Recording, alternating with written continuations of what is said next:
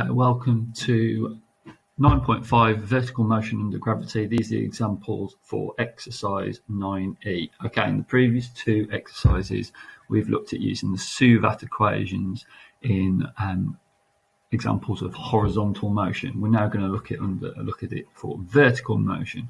Basically, this is the main thing that you've got to remember. The force of gravity causes all objects to accelerate towards Earth, and if you ignore air resistance, this acceleration is constant and it does not depend on the mass of the object. So it does not matter how much the mass of the object is, acceleration is always the same.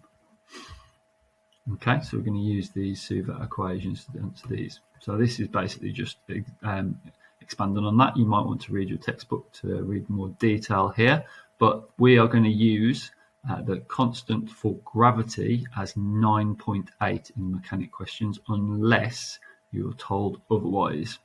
Okay, so the value of G, acceleration under gravity, is 9.8 towards the Earth. Okay, it doesn't matter whether it's a feather or an apple, it's still the same. A couple of bits of notation you need to know. The total time that an object is in motion is the time of flight, and the initial speed that it goes into the air with is the speed of projection, and we use u for that. Okay, so example 10, a book falls off the top of a shelf of a bookcase. The shelf is 1.4 meters above a wooden floor. It doesn't matter that it's wooden.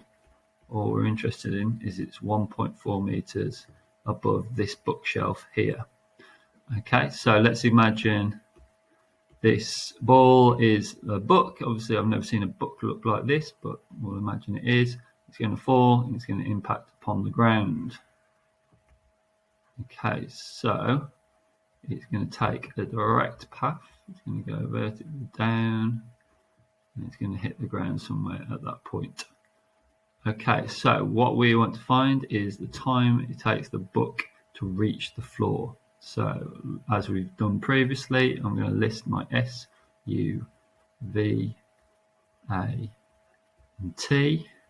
So the distance, the displacement that we're looking for is 1.4 meters. The initial velocity, so if it's just falling off the bookshelf, the initial velocity is 0. We don't know the velocity it hits the ground with. We're not interested in this part of the question. The acceleration, because the distance is 1.4 and that's going down, we're also going to have 9.8 for the acceleration, and the time is what we want to find out. Okay, so we go to our Suvat equations. We want the one that hasn't got V in, which is this one here, S equals ut plus half at squared. So 1.4 equals u, which is 0. So 0t would also be 0. Is it plus half times 9.8 t squared. Okay, we can simplify that to 4.9 t squared. Therefore, t is equal to the square root of 1.4 over 4.9. Square root of 1.4 over 4.9,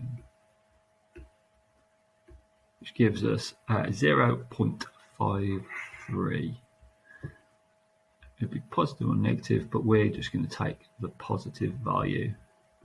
And we're going to do it to two significant figures. And it's really important that when you're using 9.8 as the value for gravity, that you round your end answer to two significant figures, because obviously this is also rounded to two significant figures. Okay, part B. Part B asks us to find the speed in which the ball strikes the floor. Okay, so in this case, we're going to find this V. So the one that we could use for V is this one here. It's the easiest one. V is equal to U, which was 0, plus A, which is 9.8, times by T, so 0.53, but I'm going to keep that value from my calculator. So I just need to do 9.8 times the answer that we just had, which give us 5.2 as my final answer there. So V is around 5.2, and what? So this was seconds, this would be meters per second, and that's again 2SF. Okay, moving on. Example 11. The ball is projected vertically upwards. So this time it's projected upwards. It just doesn't just fall, it's going up to start off with and then down to the ground. So it's from this point, which is 7 meters above the ground. The speed in which it's projected upwards is 21 meters per second. Find the greatest height above the ground reached by the ball. So it's going to go upwards, but because gravity is acting against it, it's going to decelerate until it reaches this top point, and it's going to turn around and it's going to come back down and hit the ground. Okay, so we're interested in this height here. So this will be our S in the first question. Okay, so S-U-V-A-T. So S is what we're trying to find out. The initial velocity is 21. So because we're talking about initial velocity going upwards, upwards is our positive direction. Velocity V, so we do know when it reaches this top point, it stops going upwards, so therefore the velocity going upwards is 0. Acceleration acts in the opposite direction, so it's negative 9.8. Really important point there. And for this first part of the question, we're not worried about time. So we have the one that doesn't use t, which is this one here. So v squared, 0 squared, is equal to u squared, 21 squared, plus 2 times negative 9.8 times by s, which is what we're trying to find. Let's simplify and rearrange. So this would be 2 times 9.8, 19.6. So it's negative 19.6. So we'll bring this over to the left-hand side. So 19.6 s equals 441, 21 squared. So s 441 over 19.6, which gives us a value of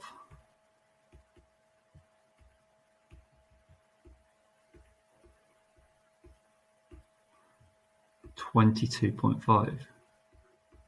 Let's just check the question. So the greatest height above the ground. Now, above the ground, this is the ground down here. So we've also got to add this 7 meters on as well. So the height above ground is equal to 22.5 plus 7, 29.5 meters. Okay, part B. Part B says the time of the flight of the ball. Okay, so now we've changed some of this, S, U, V, A, and T. So the S now, the displacement is when it hits the ground. Okay, so the displacement, if we're keeping this as positive, the displacement is going to be negative 7. So we'll keep that as 21. V we don't know, and we don't want. This is negative 9.8, and the time it hits the ground is what we're trying to find out. So it's the one without V in, which again is this one here. So negative 7 is equal to U, 21t, plus half AT squared, half times negative 9.8 t squared.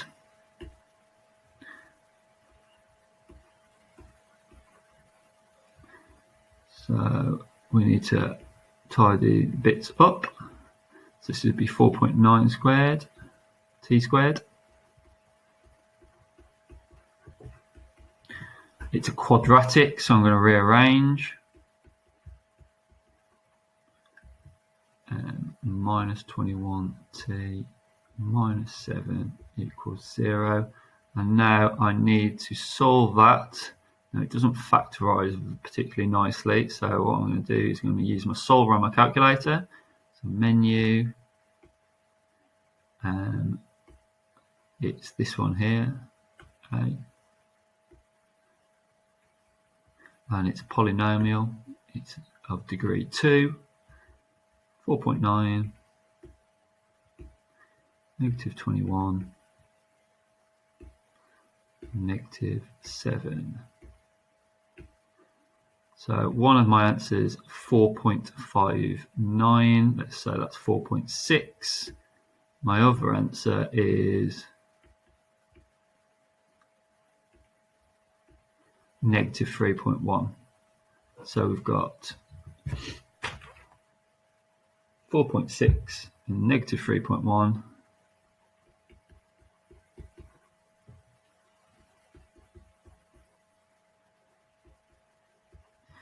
Now, this one doesn't mean anything. Negative time, we're not really interested in this question. So my final answer, t, is approximately equal to 4.6 seconds. Okay, example 12. The particle is projected vertically upwards from a point 0, which is here, with a speed of u. The greatest height reached is 62.5. So 62.5. So it's going to go up here, not in that wiggly type of path, and then back down here, and it's going to hit the ground like that. Okay, obviously we're going straight up and straight down, but it makes it easier to draw it like that so you can see what's going on. Find A, the value of u. Okay, so we want to know the initial velocity. Okay, so S, U, V, A, T. Okay, what do we know? So we know, the main thing we know is 62.5 is this point up here. 62.5 is that point. We're trying to find out u. So when it gets to this point up here, so that's the maximum height where it stopped going upwards and it's going downwards, so the actual velocity of that point is 0, and the gravity is acting against it, so it's negative 9.8. T is not in this first part of the question. So we need to use the one that hasn't got t in, this one here. So 0 squared equals u squared plus 2 times negative 9.8 times 62.5. So u squared plus, let's just work that out, 2 times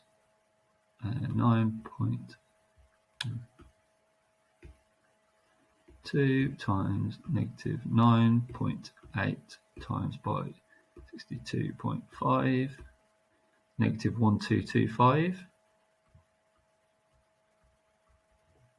So u squared is equal to 1225. Use the square root of that, which is 35 meters per second to the minus 1. Okay, then part B says the total time for which the particle is 50 meters above or more. So let's say 50 meters is around here. So we need to know the time it gets to here on the way up and the time it gets to here on the way down. Now, we don't need to work that out separately because when we do it as a quadratic, it will come up with both answers. SUV A T. So S is 50 in this case. U, we've just worked out, is 35. V, we don't know and we don't want. Negative 9.8. T is what we're after. Okay, which one doesn't have V in? S equals UT plus 8, half AT squared. So 50 equals 35T plus half times negative 9.8 T squared. Okay, so let's tidy that up a bit. So this would be negative 4.9 t squared. We'll bring that right over to here. So adding that on, taking away the 35t, add on the 50, because we've got a quadratic again. Okay, we're going to use the calculator to work this out once more. That's number 2 and 2. So we've got 4.9 negative 35 plus 50. So our one answer is 5.2, two significant figures.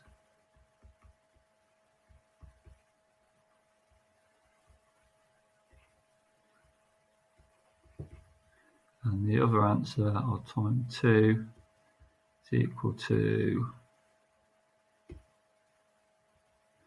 2.0.